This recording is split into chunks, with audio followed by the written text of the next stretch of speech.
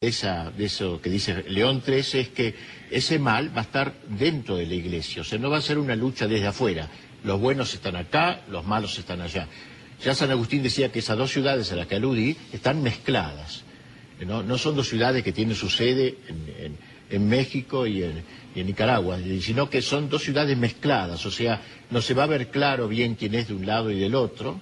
Puede haber personas que sean sacerdotes y estén trabajando para el mal, o puede haber malvados que en el fondo están por convertirse. ¿Los hay ya? Los hay que de los primeros, de la dos, y claro que lo hay. Sí. ¿Hay sacerdotes ahora, digamos, gente del mal infiltrada, metida en la iglesia, que trabaja desde adentro para destruirla? Sí, ciertamente. Eso es un dato afirmado claramente por muchos autores.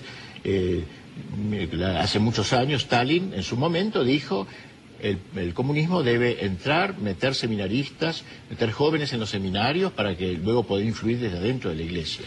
Y eso va a decir Pablo VI, ¿no es cierto? El humo de Satanás ha entrado en la iglesia. Pablo VI. Pablo VI, sí. Si lo sabía Pablo VI, si lo sabe el padre Alfredo Sáenz, lo sabe el Papa Benedicto XVI. De memoria lo sabe, sí. De memoria. Ahora voy a leer una cita del libro El fin de los tiempos y 6 autores modernos, de nuestro invitado hoy, el padre Alfredo Sáenz. A ver si la cámara puede ver lo que voy a leer, porque está una firma muy interesante. Quien firma esto, le voy a decir primero quién es. Cardenal Joseph Ratzinger. Es un escrito del 25 de julio de 1996. Vea usted la firma, dice Joseph Card, de Cardenal Ratzinger.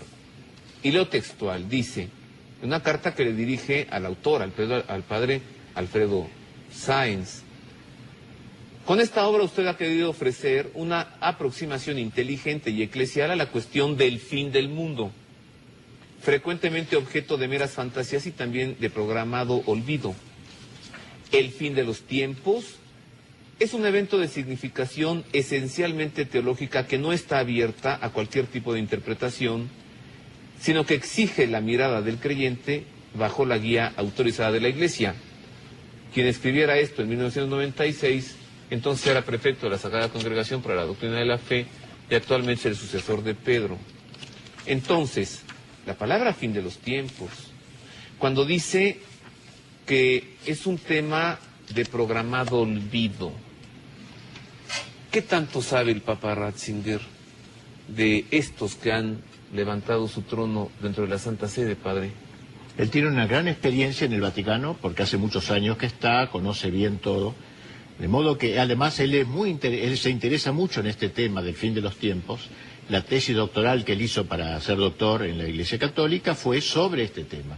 El fin de los tiempos. El fin de los tiempos, así que el tema que él quiere mucho. Por eso yo le mandé el libro, porque entendí que él me lo iba a comprender y a leer, vamos a decir, porque a veces uno recibe el libro y mira la solapa nomás. No, y por la cartita que le envió, vemos que sí. Que no es una carta de acuse de recibo, sino que es conceptuosa, y a eso de programado olvido no deja de ser interesante, es decir, que no se quiere hablar de ese tema.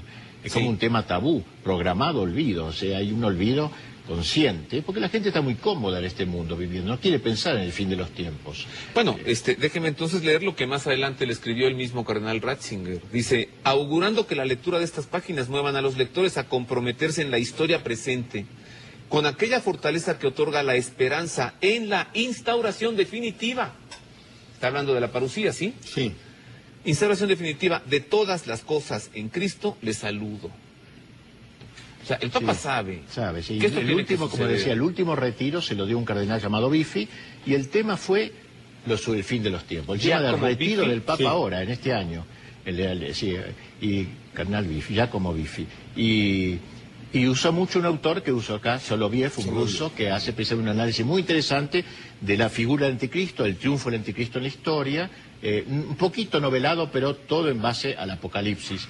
Y el retiro un poco versó sobre Soloviev. Así que el Papa está muy interiorizado el tema, está muy interiorizado. Obviamente que él conoce claramente esto y tengo entendido que, digamos, era una especie de, dentro del Vaticano, una línea que quería, una línea más dura frente a purgar a la Iglesia de esta invasión. ¿Limpiar la casa? Limpiar la casa, ¿no? Que había anunciado Pablo VI con el humo de Satanás, y a Juan Pablo II se lo dijo, él le insistió una y otra vez en este trabajo, que era muy arduo, muy difícil, porque está ya si está dentro, porque no solamente ha llegado, como se dicen también, al atrio, sino al santuario, se ha penetrado. Por eso decíamos que sacerdote y obispo pueden estar en esta línea. No, la división no es que los buenos están en el Vaticano y los malos están afuera, está todo como mezclado. Eso lo decía ya San Agustín en el siglo IV. Está mezclado. No hay que creer que es aquí un letrero, que es aquí empiezan los buenos, cuando yo entro en San Pedro. ¿No es así? Sí, ¿y qué sucedió los 26 años que hubo entre Paulo VI, quien habla de ha entrado el humo de Satanás a la Iglesia, y Benedicto XVI? Me refiero, Luis Eduardo, a Juan Pablo I y Juan Pablo II. Si lo sabía sus antecesores y lo sabe su sucesor, ¿qué sucedió en esos 26 años? Bueno, o sea, la Iglesia, me parece a mí que a partir de los últimos 40 años, 45 años, ha venido ya en un atardecer muy pronunciado. De hecho, el cardenal Ratzinger, en el libro Informes sobre la Fe, que es un libro muy conocido, con Vittorio Messori, brevemente dice que estoy convencido de que los males que hemos experimentado en estos 20 años, o sea, hasta el 85-86, son al hecho de haberse desatado en el interior de la Iglesia ocultas fuerzas agresivas, centrífugas, irresponsables. Es decir, habla de una división al interior de la Iglesia. Entonces, me parece a mí, y esto sin afán de crear una expectativa falsa y con toda responsabilidad, la Iglesia está virtualmente dividida.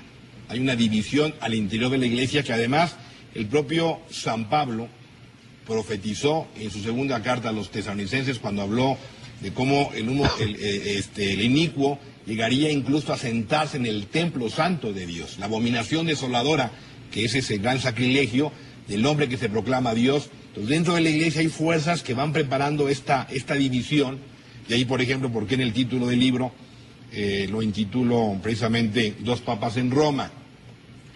Y además hay otras profecías privadas, pero muy serias, por ejemplo, esta Sor Faustina Kowalska, santa, propagadora de la Divina Misericordia, que el Señor le dice precisamente sobre Juan Pablo II: si Polonia es fiel, la elevaré en poder y santidad, como de hecho la elevó, y de ella saltará la chispa que preparará al mundo a mi segunda venida. Entonces esa chispa que prepara al mundo a segunda venida puede ser tanto la devoción a la Divina Misericordia, que estamos ahora festejando en la octava después de Pascua de Resurrección, y la figura de Juan Pablo II, ¿verdad? Que es indudablemente un papa que quiso y trató en lo posible de, por un lado, de abrir lo más que pudo los brazos para llevar el Evangelio de Cristo a todas partes, pero por otra parte de determinar cuál es realmente la verdad de salvación